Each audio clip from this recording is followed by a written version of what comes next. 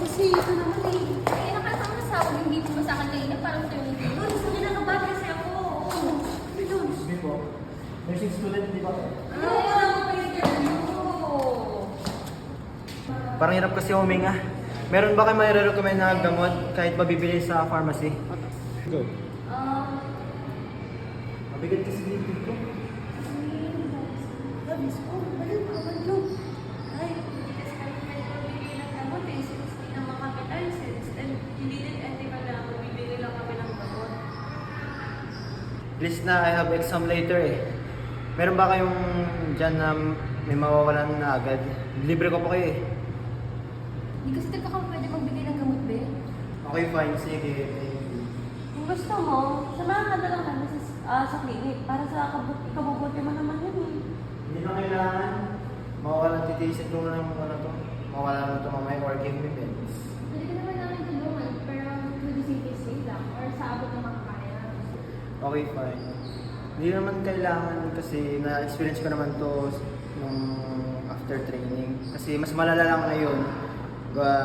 Ayaw ko lang sabihin kay coach na ang condition ko ngayon, baka hindi ako sali sa training. Do you usually experience this? Oo nga, baka just train lang naman po. What if hindi? What if it's worse than you think? So ayaw niyo ko tulungan. Tutulungan ka naman namin. Pero syempre, mas kailangan mo kasi ng mas professional sa amin, ganun. Okay, fine. Samahan niyo ako sa training. Yes, it's our time. Tara na.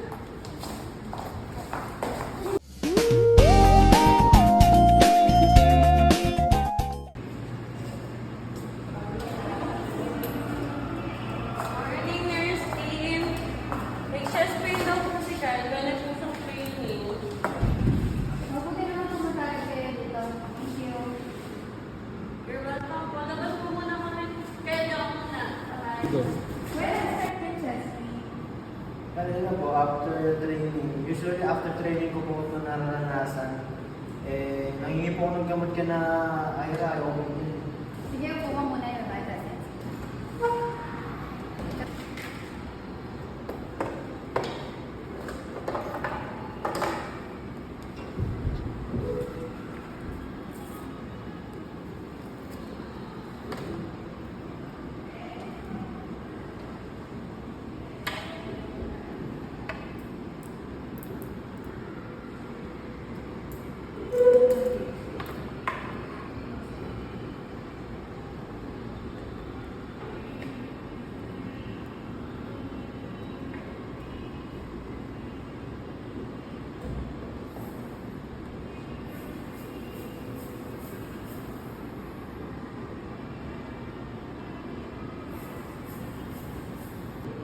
Okay, so medyo mataas yung vital signs.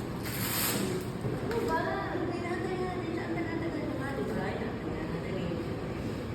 Nandito ba pala kayo? Ay, oo. Make ko sana namin okay ka. Okay naman, thank you. Kamusta ka nga pala? Sabi ni ma'am, further check-up na daw ako. Tapos, may sinabi rin na may possibility daw ako magkaroon ng exercise induced angina. And salamat sa pag-encourage sa akin kasi hindi ko alam kung ano ba ang mangyayari sa akin. Wala. Alam mo, health is our priority. Health din namin na nakahelp naman sa'yo. And sorry din dun sa sa nabibili ako ng nabigyan niyo ka ng meds at salamat